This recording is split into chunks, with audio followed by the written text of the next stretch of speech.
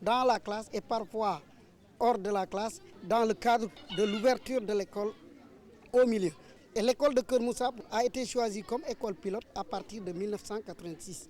C'est-à-dire nous faisons des tests de cette école qu'on doit ouvrir à la vie parce que l'école avant formait des élites. Et maintenant l'élitisme a été périmé et on voudrait que les élèves qui ont réussi puissent aimer leur village, revenir à leur village, transformer le village et qu'il y ait une interpénétration entre les actions du village et les actions de l'école. Les chants que nous chantons, c'est pour ancrer l'enfant aussi dans sa culture. Nous prenons les chants d'initiation, les chants de tatouage pour les aligner à la grammaire, ce qui fait que l'enfant qui aime chanter, bouger et se mouvoir, il trouve son compte. Parce que pour les enfants, en période de chaleur par exemple, au lieu de les laisser piger, croiser les bras de 8h à 12h, 13h, c'est pénible pour les enfants. Mais dans le jeu, on fait passer le message et généralement, ils se retrouvent et travaillent dans la joie.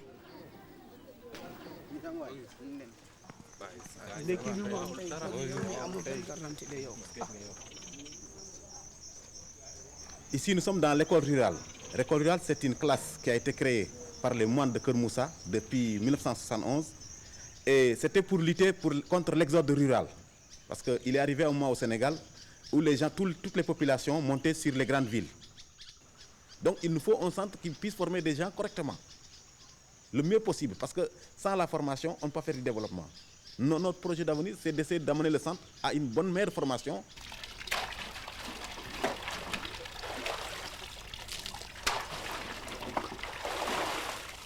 D'autre part, nous, on a fait beaucoup de recherches. Bon, dans le souci de développer l'agriculture toujours, on a fait de la recherche sur certaines variétés de légumes. On nous a demandé aussi d'expérimenter des variétés qui n'étaient pas très connues au Sénégal.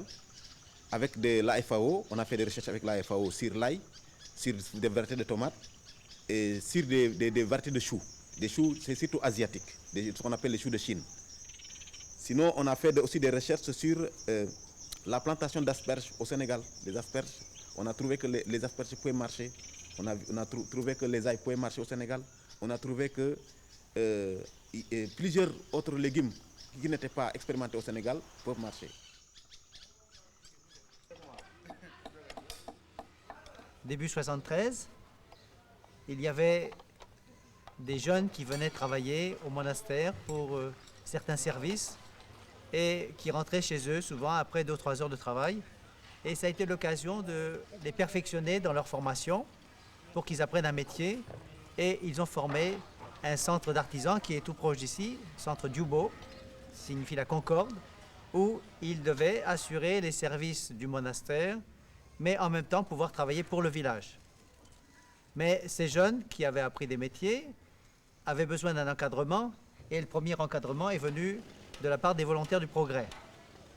Mais en même temps, s'est développée une autre activité à l'université de Dakar avec des jeunes qui souhaitaient avoir une formation doctrinale plus proportionnée à leurs études générales.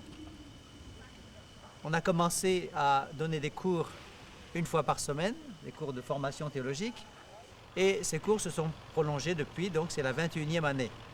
Mais il y a quelques années, certains des membres de ce groupe, qui suivaient les cours parfois depuis plus de 10 ans, ont exprimé le désir de passer aux actes et de transmettre, de traduire concrètement ce qu'ils avaient appris de manière théorique. Et c'est ainsi qu'est née l'idée d'une association. Cette association de jeunes étudiants désireux de se mettre au service de l'Église a été vite amenée par les circonstances à constituer un département construction qui, tout en fournissant du travail à de jeunes maçons, souvent bien motivés, permet de réaliser de façon économique écoles, dispensaires, églises, bâtiments de logement et d'accueil pour le service de la mission et ses œuvres caritatives. Le monastère lui-même en a bénéficié pour son noviciat et ses récents agrandissements.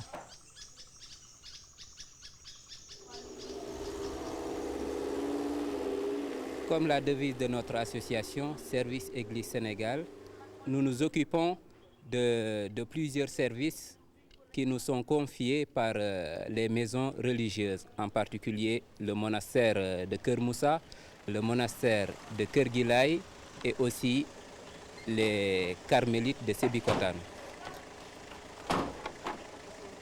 Après un premier essai pour la livraison des produits monastiques pour le monastère de Keur Moussa, les sœurs de Keur Guilaye ont aussi demandé à ce qu'on s'occupe de leur livraison parce que la première expérience avait marché. Donc on a 4 journées dans la semaine consacrées aux maisons religieuses qui sont aux alentours.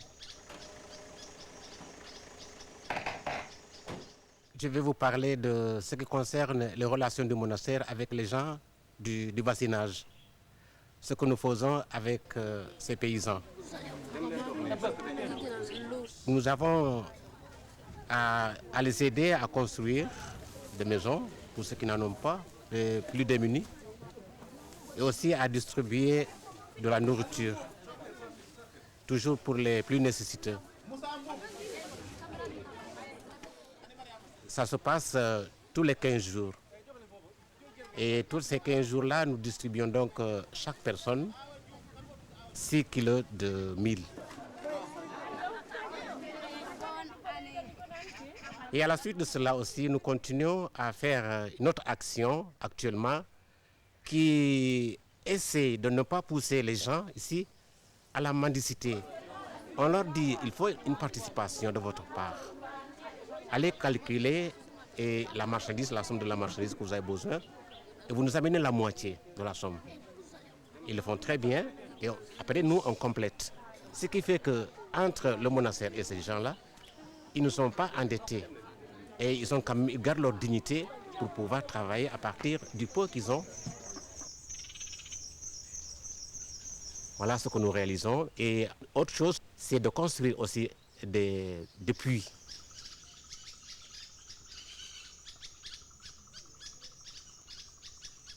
Avec des puisatiers et les villageois, le chef du village, avec les notables, ils viennent, ils nous demandent, on leur envoie le frère sourcier qui va vérifier le lieu et puis la profondeur. Nous, on donne le nécessaire, la première tranche pour creuser le puits. Avec une réunion, il faut que le chef du village soit présent et ses notables et le puisatier, pour que chacun sache la somme qu'on a donnée.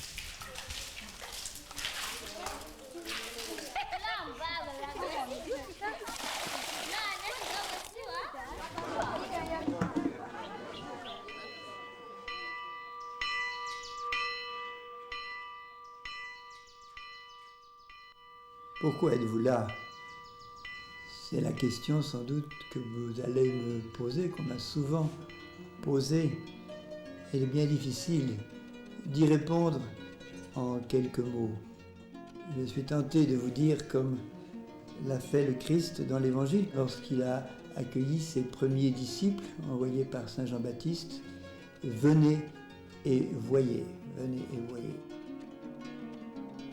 Notre Père Saint Benoît, dans un passage important de sa règle, parle de l'attitude avec laquelle le moine doit participer à l'œuvre de Dieu, cette œuvre centrale qui est l'œuvre de la louange liturgique, l'œuvre qui nous réunit chaque jour au cœur de l'Église pour louer Dieu, pour intercéder, pour prier pour tous nos frères, les hommes.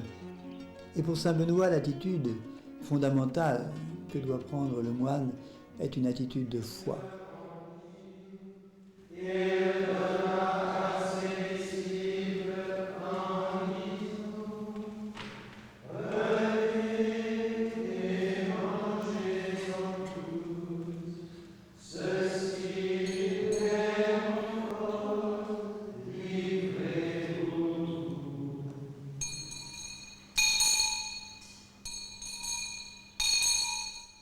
Il dit que nous savons par la foi que Dieu est présent partout. Mais nous devons y croire au suprême degré au moment où nous célébrons l'œuvre de Dieu. Car c'est vraiment là surtout qu'il est présent.